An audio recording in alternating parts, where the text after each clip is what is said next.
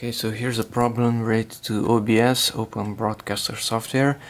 If you are starting a video recording and you are capturing your screen, and then you're stopping your recording, and here's the video file. It says 2 kilobytes, and of course you cannot play it. Nothing happens. So why is that? The solution would be to go here to settings and encoding. Don't use the hardware acceleration, NVIDIA in this case, but use X264 and close it with OK. Now if you start a recording and move your mouse left or right, blah blah blah, and stop that recording.